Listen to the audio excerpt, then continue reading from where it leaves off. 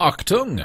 You are OSA Super Agent BJ Blazkowicz. Your goal is to escape from Castle Wolfenstein and defeat the twisted Nazi regime in Wolfenstein 3D. Wolfenstein 3D.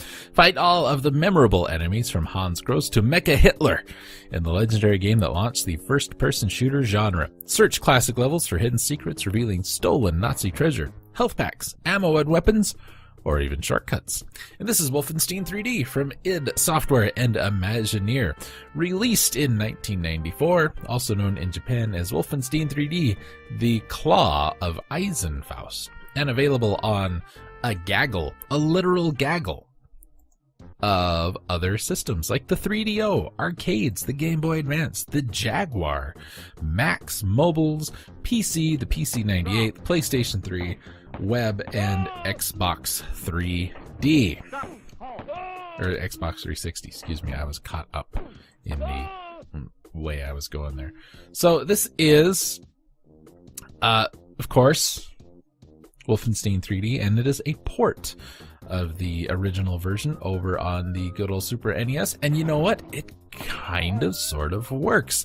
It doesn't look quite as good, because obviously the hardware and all of that is a little bit different, but it just, like, it doesn't feel bad.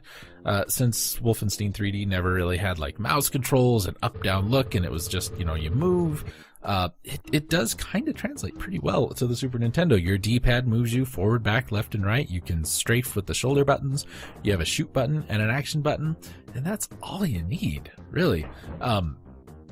The Super Nintendo port, which of course we're looking at and talking about, was completed in just 3 weeks during the development of Doom, after the contractor who had agreed to do the port proved to have made no progress. The version made use of binary space partitioning rather than raycasting in order to give it speed.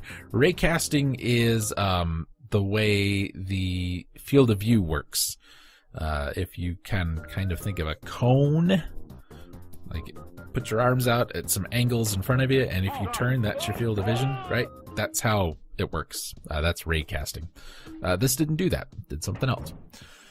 Nintendo insisted on censoring the game in accordance with their policies, and the port was going to have green blood, but the final version, you might have noticed, no blood at all. Using the source code on the Super NES port on a whim, John Carmack later converted the game to run on the Jaguar. Atari approved the conversion for publication, and Carmack spent 3 weeks, assisted by Dave Taylor, improving the port's graphics and quality, what he later claimed was 4 times more detail than the DOS version. He also removed the changes that Nintendo insisted upon. Super Nintendo version was ported to Japan in 1994, before being ported back to North America and Europe a little later.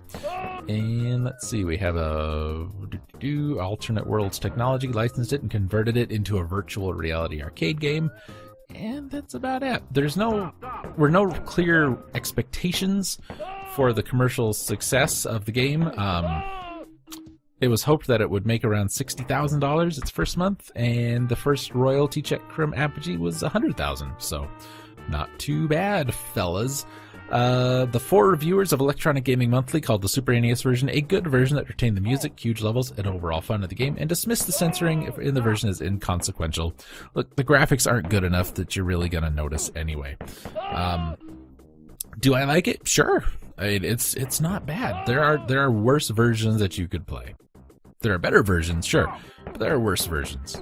One of the interesting legacy things that this has given us is that the engine or derivatives of it were used to make games like Blake Stone, the Capstone software games, Corridor 7, and Operation Body Count, as well as Super 3D Noah's Ark.